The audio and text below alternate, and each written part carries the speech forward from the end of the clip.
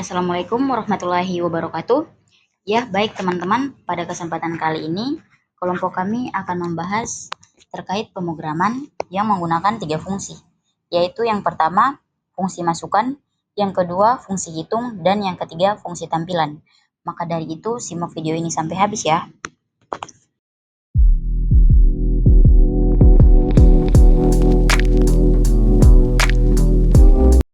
Bismillah, saya akan membacakan penjelasan kode yang telah kami kerjakan.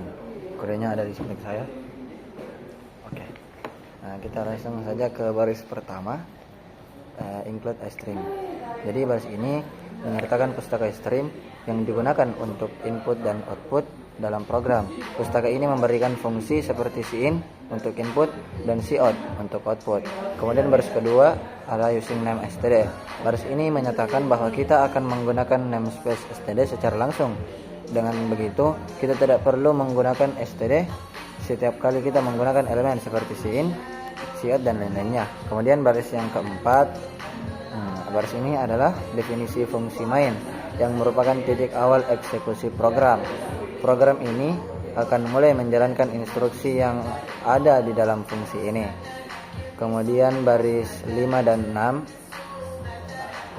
Pada baris ini dua variabel dideklarasikan. Yang pertama n bertipe integer yang digunakan untuk menyimpan jumlah data yang akan dimasukkan oleh pengguna. Kemudian jumlah bertipe float yang digunakan untuk menyimpan total dari data yang dimasukkan. Kemudian x bertipe float yang digunakan untuk menyimpan setiap nilai data yang dimasukkan dalam perulangan.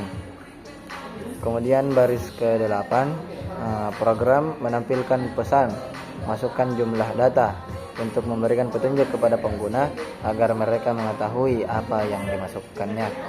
Kemudian baris ke-9, program ini membaca input dari pengguna dan menyimpannya ke variabel n yang menunjukkan jumlah data yang akan dimasukkan oleh pengguna.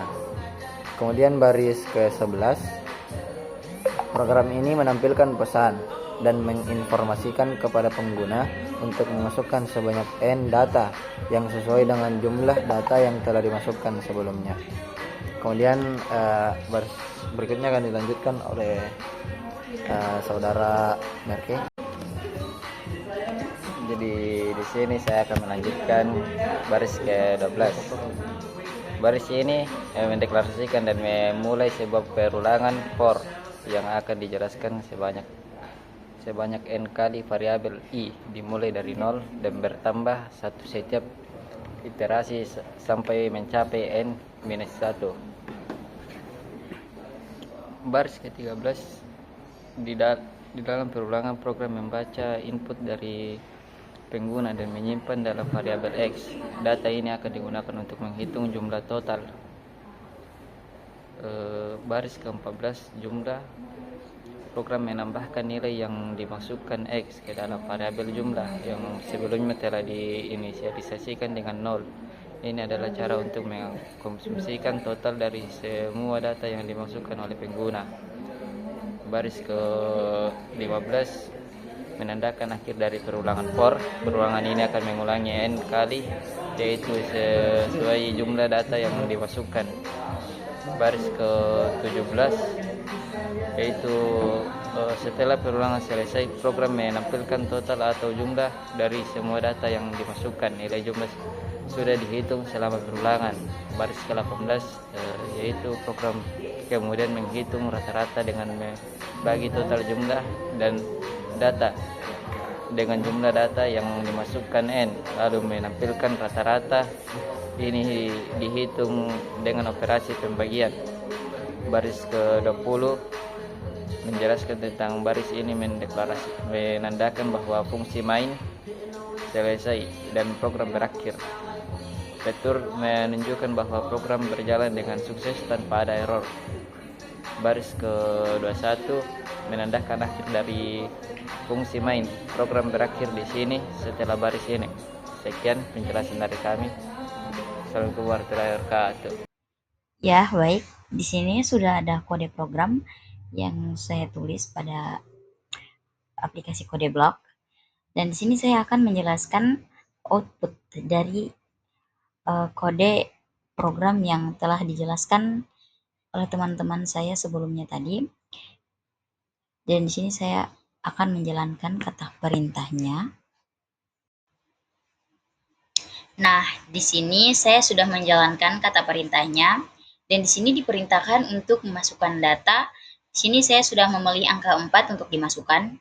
Setelah saya memasukkan angka 4, kemudian saya enter. Setelah saya enter, dan di sini diperintahkan lagi untuk memasukkan 4 buah data. Dan di sini saya akan memilih angka 10 yang saya masukkan.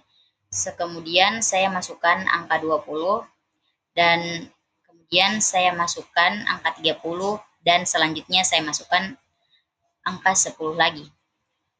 Setelah saya memasukkan 4 data tersebut, saya enter kembali, dan di sini output yang akan dihasilkan dari 4 data itu yaitu untuk jumlahnya 70 dan nilai rata-ratanya 17,5.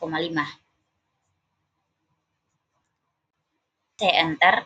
Setelah saya enter, dan di sini diperintahkan lagi untuk memasukkan 4 buah data. Dan di sini saya akan memilih angka 10 yang saya masukkan.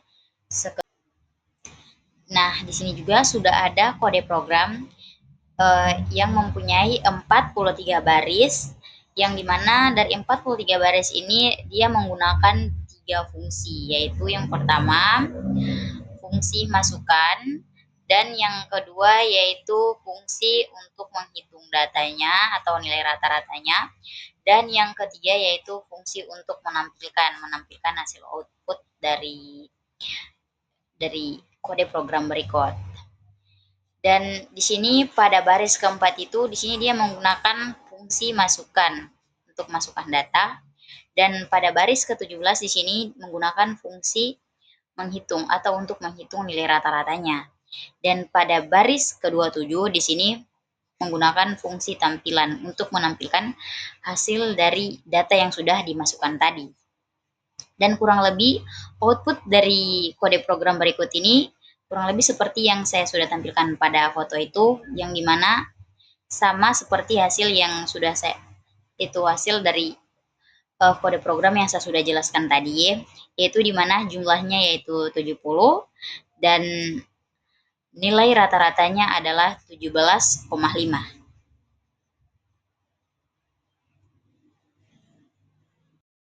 Nah, di sini terdapat flowchart dari kata perintah yang sudah kelompok kami jelaskan tadi. Dan flowchart ini dibuat untuk menghitung jumlah rata-rata dari sejumlah bilangan.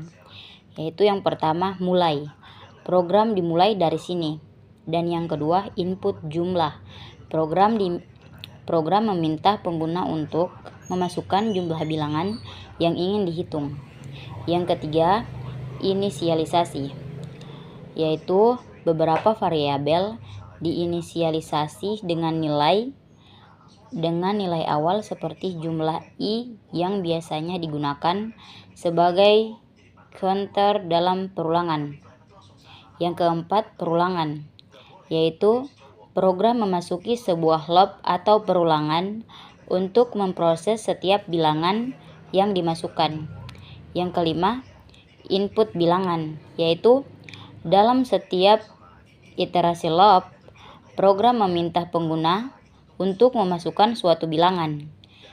Yang keenam, hitung jumlah, yaitu bilangan yang baru dimasukkan ditambahkan ke variabel jumlah. Yang ketujuh, increment counter, yaitu nilai i atau counter dinaikkan sebesar 1 untuk melanjutkan ke bilangan berikutnya. Yang kedelapan, ulangi, yaitu proses input dan penjumlahan diulang sampai semua bilangan telah dimasukkan. Yang kesembilan, hitung rata-rata. Setelah semua bilangan dijumlahkan, program menghitung rata-rata dengan membagi jumlah dengan jumlah bilangan. Yang ke-10, hasil output hasil, yaitu program menampilkan hasil perhitungan yaitu jumlah total dan rata-rata dari semua bilangan. Yang ke-11 selesai, program berakhir. Oke guys, sampai di sini saja penjelasan video kami.